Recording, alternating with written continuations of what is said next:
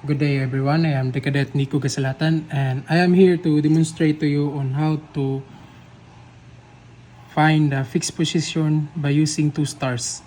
So, natay coordinates diri. So, ang atong latitude is 44 degrees 10 minutes north and our longitude is 169 degrees 30 minutes east. So, first, ato ni para makuha nato ang DR position, atong i-plot ang atong coordinates. So, 44 degrees and 10 minutes. So, mao ni siya nga line. And for the longitude, which is the 169 degrees and 30 minutes east, mao ni atong longitude. So, mao ni siya. And then, mukuha na ta og usa ka star to have PL1, which is the star markup nya. Ang yang ZN kay 85.2. So ato ni sa i-plot diri sa compass. Then ang kaning 85.2 ato ni sa i-drag padong dito sa ato ang DR position. Mani siya. And then we must have a divider. Then since ang iyang intercept kay 5.2 away man, so mag-measure ta diri sa ato ang latitude scale, which is 5.2 siya. So away man siya, so diri siya palayo siya sa ato ang DR position. Diri man siya away. So natay intercept. Then para makuha nato ang PL1, we have to kaning ZN nato kay ato adan og 90, then manisyaw 175, then plus 180 to 355.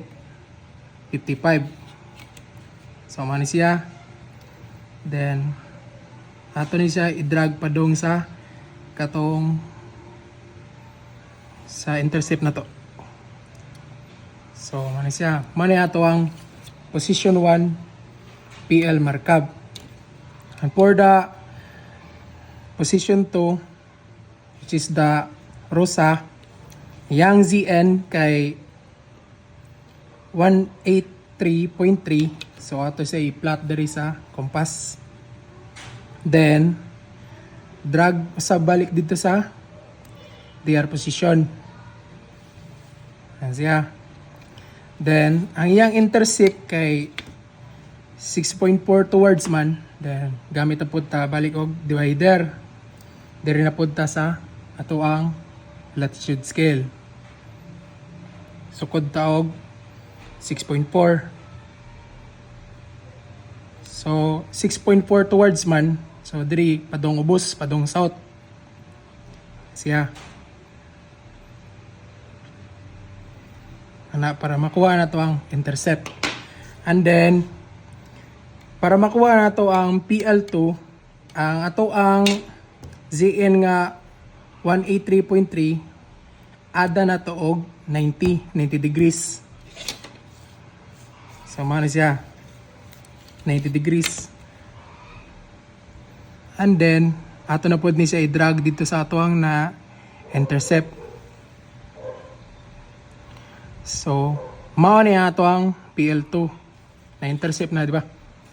Then ang coordinate sa ato ang fixed position is 44 degrees and 3 minutes north. And for the longitude is 169 and 24 minutes east. So mano siya.